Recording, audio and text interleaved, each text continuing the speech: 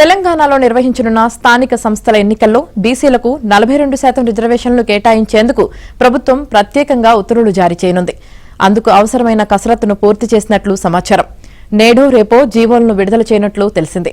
స్థానిక ఎన్నికల్లో బీసీలకు 42% రిజర్వేషన్లు కేటాయించేందుకు 2018 పంచాయతీరాజ్ చట్టంలోని సెక్షన్ 285A సవరిస్తూ ప్రవేశపెట్టిన బిల్లును శాసనసభ ఆమోదించింది. వెంటనే బిల్లును గవర్నర్ ఆమోదం కోసం పంపించారు. కానీ గవర్నర్ ఇంకా ఎలాంటి నిర్ణయం తీసుకోలేదు.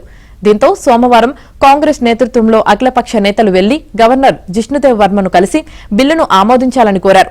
అయినా మంగళవారం రాత్రి వరకు కూడా రాజ్భవన్ నుంచి ఎలాంటి సమాచారం రాలేదు. ఈ నేపథ్యంలోనే ప్రభుత్వం ప్రత్యేక జీవోలతో బీసీలకు రిజర్వేషన్లు కల్పిస్తూ స్థానిక ఎన్నికలకు వెళ్లాలని నిర్ణయించినట్లు తెలిసింది. రాష్ట్రంలో నిర్వహించిన కుల సర్వేలో తేలిన జనాభా ఆధారంగా గ్రామ, మండల, జిల్లా స్థాయిలో వెనుకబడిన తరగతుల వారికి కేటాయించాల్సిన రిజర్వేషన్లు ఖరారు చేయనున్నట్లు సమాచారం.